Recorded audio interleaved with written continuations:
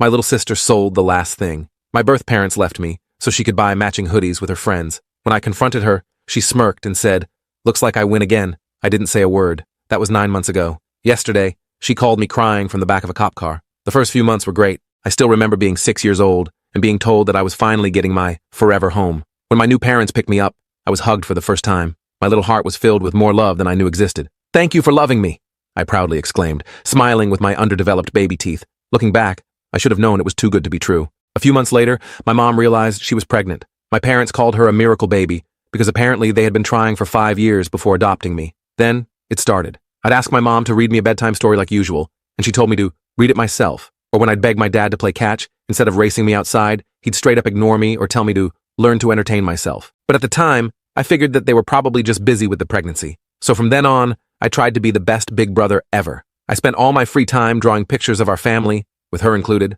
helping pick out baby toys, and making up lullabies to sing to my mom's stomach, because I knew what it felt like not to have a family, and I never wanted my little sister Ella to go through that. So when she was born, I let my parents treat her better than me. When it was my 7th birthday, and my parents completely forgot about it, I let them. When they stopped hugging me because they didn't want baby Ella to feel jealous, I let them. And when I turned 9 and they told me I had to do my fair share by spending 2 hours cleaning the house every day, guess what? I let them. All in the name of Ella having a happy childhood. All so I could have the best friend I always dreamed about, but I never got it. Because when Ella turned 7, the age I was expected to grow up, they doubled down on spoiling and coddling her. For her 7th birthday, they sold some of my clothes to help fund her birthday party. An overnight stay at a local water park resort for all her friends and family. That was when I knew we were going to have very different lives. But still, I loved her and was happy for her. Because if one of us had to be treated worse, I would choose me. Every single time. And since no one at home paid attention to me, I assumed no one would want to be my friend, which meant all my time was being poured into raising Ella and studying. So by the time I turned 19, I was on track to study engineering at a really good university. Meanwhile, Ella had turned into a spoiled little brat. One time, she came to me asking if I could pay to fly her and her friends to Disneyland for her 14th birthday. That would be all my savings. Savings I needed to buy groceries. So I told her no. "What the F?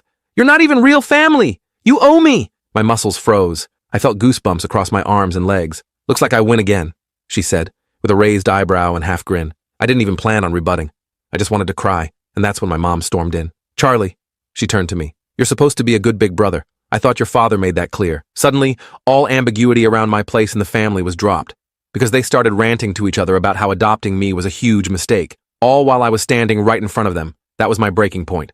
I didn't raise my voice, didn't even look at them. "One day, you'll need my help, and I won't be there," I said, voice calm. For a second, the room went completely silent. I don't know what was said next, because that's when I walked out. That night,